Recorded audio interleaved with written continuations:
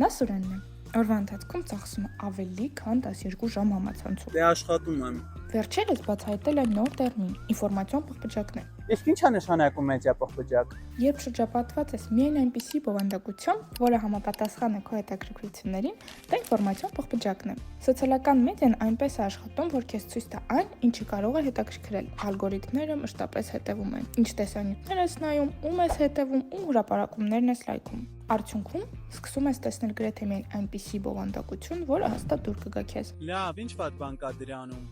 Պարզվում է բավականին շատ։ Դու լսում ես միայն քո համոզմունքներին մոտ ու քեզ համընկնող կարծիքներ։ Չես կարող հասկանալ կամ ընդունել տարբեր կարծիք ունեցող մարդկանց։ Քննադատորեն մտածողություն սկսում է թուլանալ։ Իրականության միայն մի կողմն ես տեսնում։